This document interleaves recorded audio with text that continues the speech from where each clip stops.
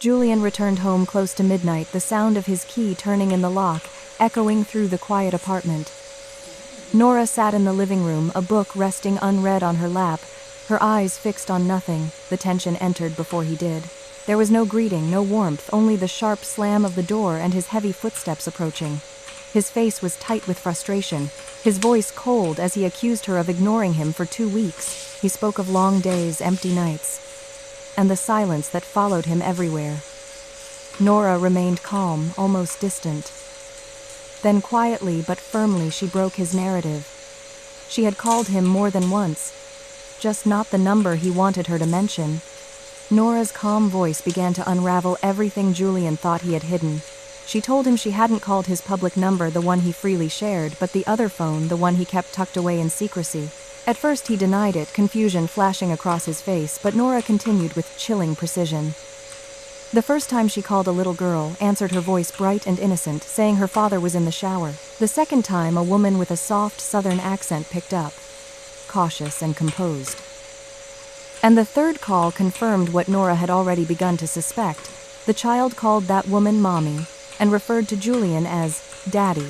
Each detail landed like a blow, stripping away his anger and exposing something far more fragile beneath. Nora watched him closely, her eyes steady, no longer searching for answers but delivering them. The truth was no longer a suspicion, it was undeniable. Julian had built another life, one that existed beyond her reach, carefully hidden until a simple phone call tore it open. The room fell into a suffocating silence as Julian's composure finally collapsed. His anger drained away, replaced by something raw and exposed, his shoulders sinking as if the weight of years had suddenly caught up with him. He tried to speak at first in fragments, denying, deflecting, but Nora's steady gaze left him no room to hide. Then the truth came out, halting, broken, but undeniable. Yes, there was another woman. Yes, there was a child. For years, he had been living 2 separate lives, carefully divided by distance and silence. In New York, he was Nora's husband, polished, controlled, successful. In New Orleans, he was someone else entirely, a man who visited, who stayed, who belonged in a different way. He spoke of mistakes, of timing, of things becoming more complicated than he had ever intended, but the words sounded hollow even to him. Nora listened without interrupting each sentence, confirming what she already knew, each admission cutting deeper than the last. What shattered her wasn't just the betrayal, but the realization that none of it was sudden. It had been built slowly, deliberately, sustained by lies and omissions over years. The man standing in front of her was no longer someone she recognized, but a stranger who had shared her home while belonging somewhere else all along. Nora stood up slowly, the weight of everything he had confessed settling into a cold, unshakable clarity. There was no more confusion, no more questions, only a sharp, final understanding. She looked at Julian, really looked at him, and whatever love had once lived there was gone. Her voice when she spoke was steady but firm. He had to leave. Tonight. This house, this life, everything they had built together, it was over. Julian tried to protest, to reason, but the words fell apart before they could land. Nora didn't raise her voice. She didn't need to. The finality in her tone said everything. She turned away from him, refusing to give him anything more, not anger, not tears, not even a second chance.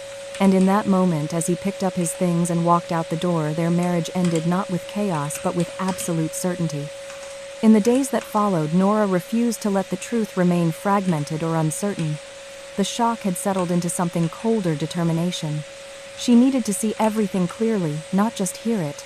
Acting on that resolve, she hired a private investigator, providing only a few names and scattered details, but it was enough. The reports began arriving, precise, factual, impossible to ignore. Julian's movements traced a pattern: office, hotel, and repeatedly a quiet street in New Orleans. A woman, a child, a life. Reading the words was one thing, but Nora needed more. She booked a flight without telling anyone, driven by a need that outweighed fear.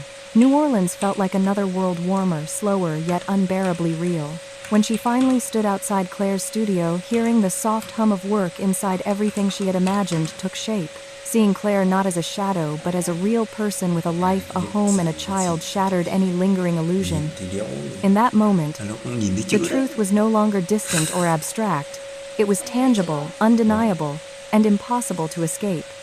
At first, the air between Nora and Claire was tense, heavy with everything that did not need to be said.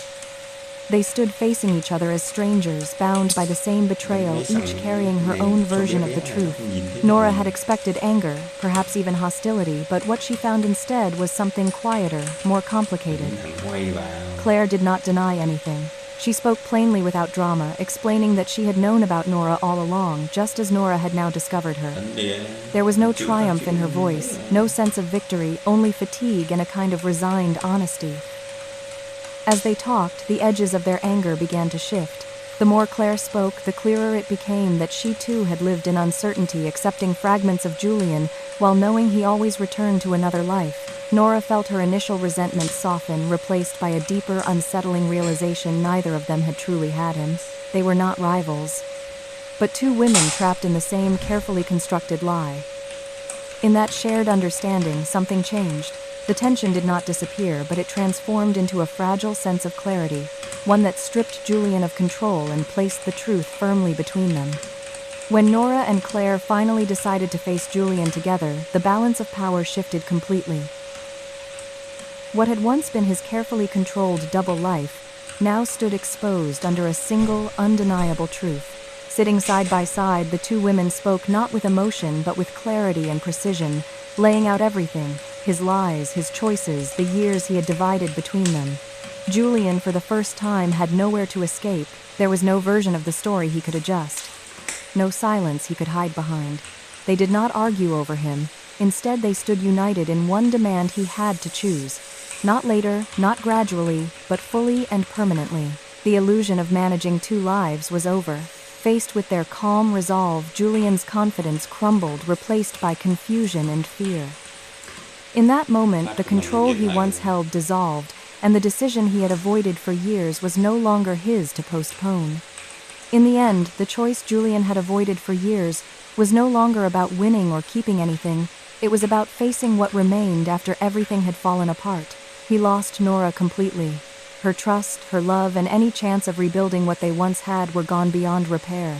At the same time, Claire made it clear that whatever connection they once shared no longer existed as a relationship, only as a responsibility tied to their daughter. Standing between two lives he had tried to maintain, Julian realized there was no path back to either as they were before. What remained was Lucy. For the first time, his decision was not driven by convenience or fear, but by a sense of duty he could no longer ignore. He chose to move to New Orleans not to reclaim a romance, but to be present as a father, to show up consistently, not as a visitor passing through.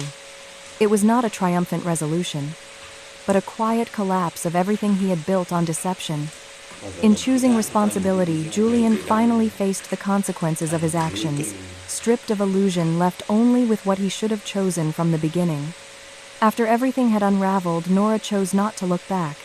The divorce was not dramatic or loud. It moved forward with a quiet certainty, as if the decision had already been made long before the papers were signed. She left the apartment that once defined her life and moved into a smaller, unfamiliar space, one that carried no memories, no illusions. At first the silence felt heavy, but slowly it became something else, peaceful, even necessary. Without Julian, without the constant tension she had learned to ignore, Nora began to see herself more clearly. The pain did not disappear overnight, but it no longer controlled her. She rebuilt her routine, her sense of identity, and her independence piece by piece. For the first time in years, her life belonged entirely to her, not to a role, not to a marriage, but to her own choices. And in that quiet rebuilding, she found a strength she hadn't realized she had. In time, the pain softened into something quieter, something she could finally carry without breaking. Nora no longer felt defined by what she had lost, but by what she had chosen to rebuild. Her connection with Claire remained distant yet respectful, shaped not by rivalry but by shared truth. And Lucy, with her simple honesty, became a gentle reminder that life could still hold warmth. Standing on her own, Nora embraced a future no longer clouded by deception, one that, for the first time, felt entirely her own.